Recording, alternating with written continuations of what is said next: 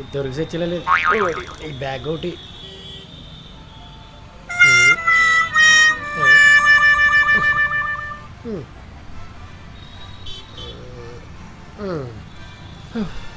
అమ్మ ఇద్దరికి ఇలా చచ్చేలా ఉన్నాను.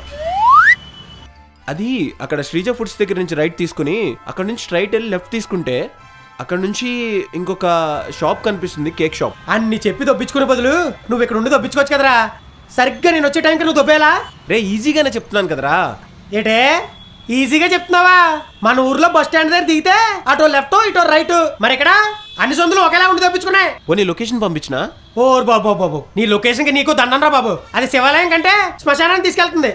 నా సావు నేనేదో చత్తాను కానీ నువ్వు పెట్టారా బాబు.